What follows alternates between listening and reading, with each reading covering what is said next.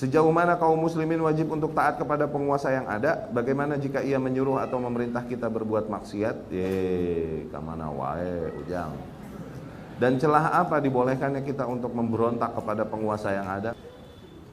Taati secara umum. Apabila poin yang mereka perintahkan, salah satu di antara banyak, misalnya poin-poin yang mereka perintahkan, ada poin yang bertentangan dengan syariah, di poin itu jangan ditaati. Tapi bukan maknanya poin ini akhirnya membatalkan ketaatan secara umum dan kita jadi berontak.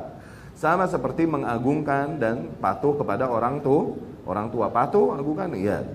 Tapi ketika orang tua memerintahkan maksiat, misalnya orang tua perintahkan kita makan tuh riba, misalnya minum tuh khamr, misal orang tua memerintahkan itu maksiat, jangan ditaati sebelah situ, tapi dengan adab. Bukan maknanya kemudian akhirnya kita boleh kurang ajar total dan memberontak kepada orang tua, kita gulingkan orang tua, kita ganti bapak kita sama bapak orang.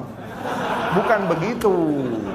Begitupun kepada penguasa, poin yang diperintahkannya, apabila ada poin yang bertentangan dengan syariah, poin itu jangan ditaati, tapi tidak membatalkan penghormatan kita dan ketaatan kita secara umum. Itu maksudnya.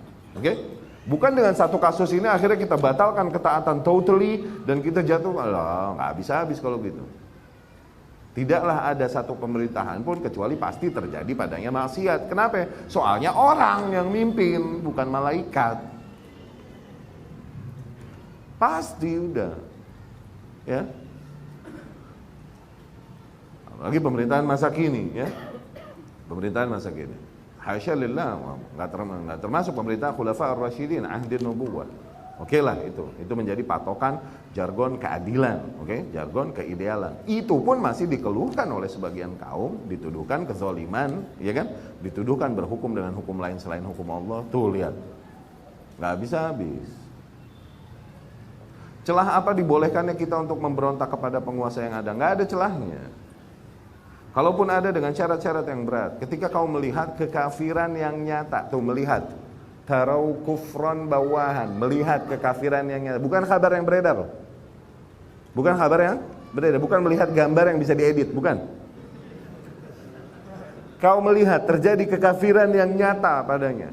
Oke? Dan kau punya ilmu jelas dari Allah Subhanahu wa taala bahwa yang dilakukannya adalah kekafiran. Katakan totally, oke, terpenuhi semua syarat itu, kafir, fix, dilihat, ajib, ini itu, udah jelas, ini itu, oke. Tapi kau tak memiliki kemampuan untuk memberontak kepadanya, berontak? Jangan juga, kenapa? Maldarat jadi lebih kalian sendiri belum kompak satu sama lain berontak? Jangan, kalian sendiri menuduh masalah penguasa, seperti di Syria kan begitu kan? Penguasanya kufur nggak? Kufur, Syiah, Rafidhah, ya kan? Jelas. Tuh. Tapi rakyatnya sendiri tahu nggak yang sunnah yang mana? Mereka udah satu kalimat belum rakyatnya? Belum kan? Udah punya kekuatan belum? Belum kan? Yang ada akhirnya apa? Benturan yang nggak habis-habis, yang jadi korban adalah anak-anak, negeri. Habis tuh negara akhirnya. Memaksakan celah ini untuk berontak kepada penguasa. Bahkan Rasul melihat kekufuran dan kemungkaran gak di masanya di Mekah, yang dilakukan oleh para penguasa Mekah pada saat itu. Melihat gak? Melihat bro, disembah Tuhan lain selain Allah di rumah Allah. Tuh, sebesar-besarnya kemungkaran dan dibesarkan lagi. Syirik di rumah Allah tuh.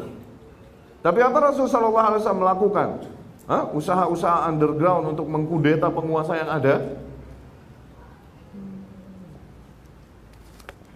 Nggak begitu cara Islam. Udah, nggak ada peluang, nggak ada celah untuk berontak. Nah, anak kasih kesimpulan. Sabarmu akan menjadi kifarat dosa-dosamu. Iya, tapi Ustaz nggak bisa. By the way, anyway, Baswe, ente disuruh benerin negara, ente disuruh benerin pemerintah. Kok kayak Allah mewajibkanmu seolah-olah? Ada apa ente nih? Ribet bener. Lah kayak ditanya sama Allah. Tidak ada yang mendorong manusia sampai seseorang terobsesi sebesar itu kecuali keuntungan duniawi juga, bro. Keuntungan apa habis ukhrawi? Nggak ada. Orang nggak disuruh sama Allah. La yukallifullahu nafsan. Terus keuntungan apa dong yang dengar? Fulus, bro. Nggak ada yang membuat manusia terobsesi sebesar itu kecuali keuntungan dunia. Bukankah telah dibongkar psikologi Khawarij? Kita ulang-ulang. Mereka yang membantah Rasul dan menuduh kezaliman kepada Rasul, Harkus, Dzul Khuwaisirah, kalaupun ibadahnya luar biasa. Kenapa dia membantah Rasul dan menuduh kezaliman pada Rasul? Karena nggak kebagian, pembagian yang dibagi Rasul.